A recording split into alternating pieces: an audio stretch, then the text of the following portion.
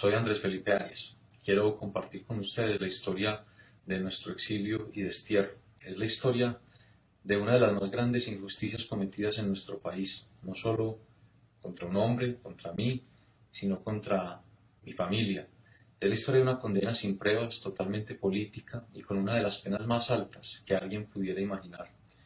Todo empieza en el momento en que un juez me envió a la cárcel cuando mi hijo pequeño tenía un mes de nacido y mi hija 2 años. Pues bien, encontramos que aquel juez que me separó de mi esposa y mis hijos por 2 años es ahijado de matrimonio del mayor enemigo judicial que enfrentamos desde el gobierno que serví y defendí. ¿Por qué? Por vínculos que en ese momento se le detectaron a esa persona con personas asociadas al narcotráfico. Luego me acusó una fiscal general ilegítima, cuyo esposo es un exguerrillero que tiene vínculos probados con los jefes paramilitares que fueron extraditados a Estados Unidos por el gobierno que serví y defendí.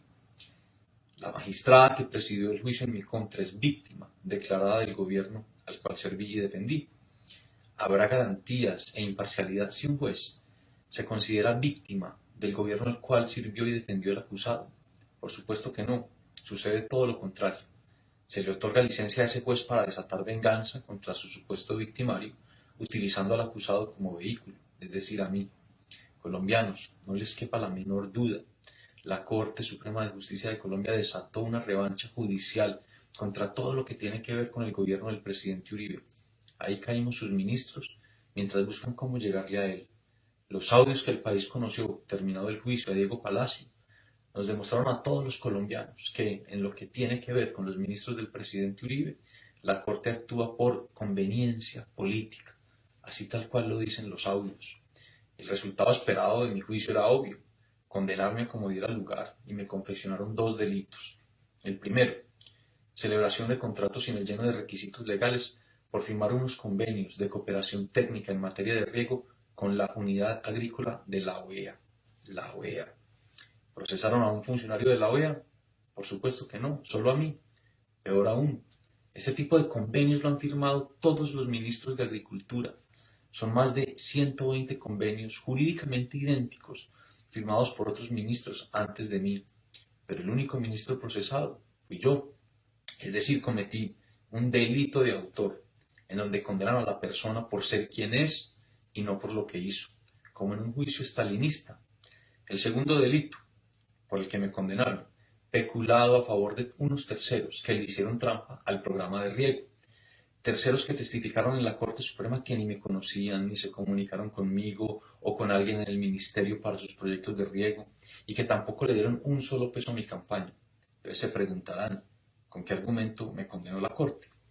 Porque, aunque todos los funcionarios del ministerio que vigilaban esos convenios de riego testificaron en juicio que nunca me involucré en la selección de los proyectos, para la Corte sí tiene que haber un plan criminal y una condena porque, abro comillas, textualmente dice: este tipo de acuerdos no cuentan con registro documental o terceros que lo corroboren, cierro comillas. Es decir, la Corte reconoce en la misma sentencia que me condenó por mera sospecha y sin pruebas.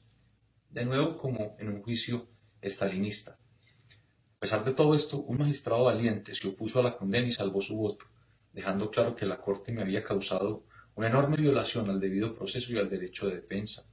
Fue tan sólida la demostración de mi inocencia que la Procuraduría, presente de principio a fin en cada audiencia, le pidió a la Corte que me absolviera por falta de pruebas. La forma en que fui condenado por la Corte es tan ilegal que una de las magistradas que firmó mi sentencia no asistió a una sola de las audiencias del juicio. Aunque se posesionó como magistrada 2 meses después de terminado el juicio, no tuvo reparo en firmar la condena. La pena que me impusieron, ya de por sí injusta e ilegal, es de más de 17 años de cárcel, cuando esa cantidad de años ni siquiera se la han impuesto a personas que realmente han asesinado, secuestrado, torturado y robado. Además, no se nos puede olvidar que fui absuelto de cualquier anomalía en mi patrimonio personal y familiar. Yo no estoy pidiendo que me indulten. Se indulta a quienes han violado la ley, ese no es mi caso. Lo único que pido es una segunda instancia, algo a lo que todos los seres humanos tenemos derecho cuando somos condenados penalmente, pero con jueces y fiscales verdaderamente imparciales, que no estén politizados, de tal manera que yo pueda demostrar mi inocencia en condiciones justas y transparentes. La segunda instancia es un derecho humano supremo, porque aun cuando se está ante jueces íntegros, estos se pueden equivocar. En mi caso no solo se equivocaron, sino que actuaron de manera ilegal para confeccionar la condena en mi contra, sin una sola prueba, solo para vengarse de un gobierno, pero llevándose por delante no solo mi vida, sino también la de mi esposa y mis 2 hijos. Muchas gracias.